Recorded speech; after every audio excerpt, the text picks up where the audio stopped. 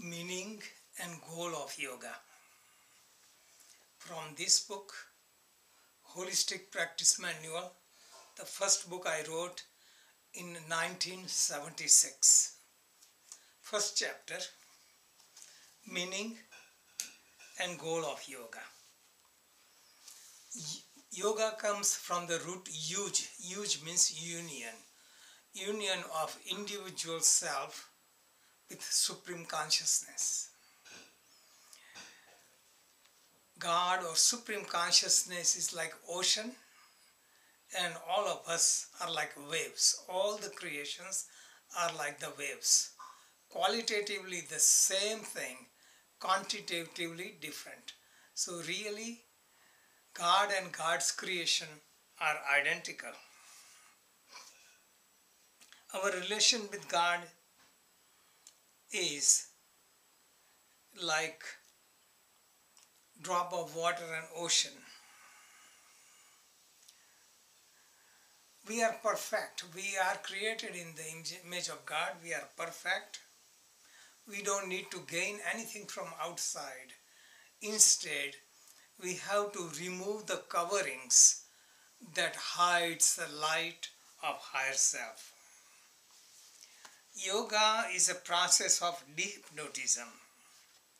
What it means is we are hypnotized, we are brainwashed with constant association that we believe ourselves to be body, senses, or mind. We remove this hypnosis, remove these conditions, and then we realize our true nature. A prince kidnapped by some beggars when he was a baby. This story explains a prince who was kidnapped when he was a baby and stayed with the beggars and acted like a beggar.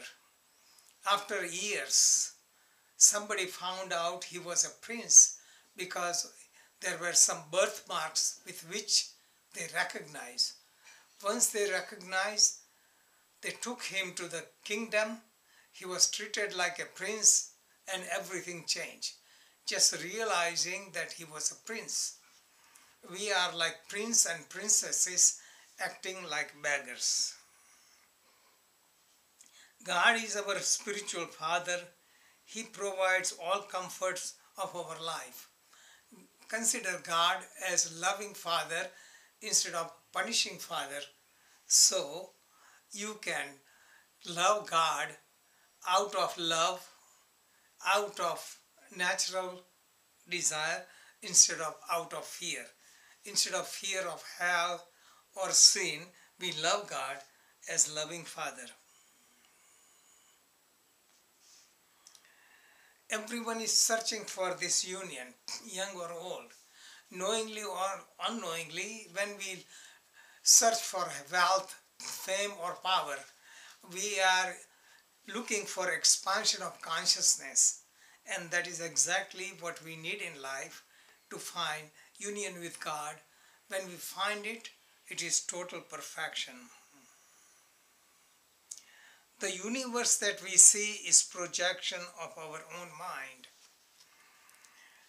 So as we evolve, our perception of the world changes. So yoga is to work on ourselves, purify our mind, so that mind can see reality as is. There is one analogy in an Upanishad. Body is a chariot, five senses are the horses, our vital energies are the wheels, virtue and vices are the spokes, mind is the reins, intellect is the driver, and Atman is the master. This analogy explains the total feel. Our body is used as instrument. We have to restrain five senses with the mind, and mind is directed by our intellect, and we are the master, so we can enjoy the freedom. Another analogy is our body is like a light bulb.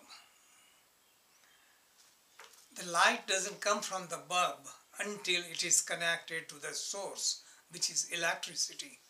Our body is like a bulb. Our nerves are the wires. Energy flowing through our body or prana is electricity. Mind is a switch. Intellect is a circuit breaker. And self is the master. So if we see this, then we can find tremendous freedom. The practice of yoga starts with our own self. When we find the center within, harmony flows out in the world. So we don't try to change the world or control others.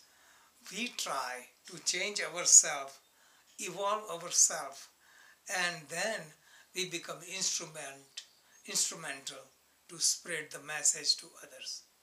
So yoga is union.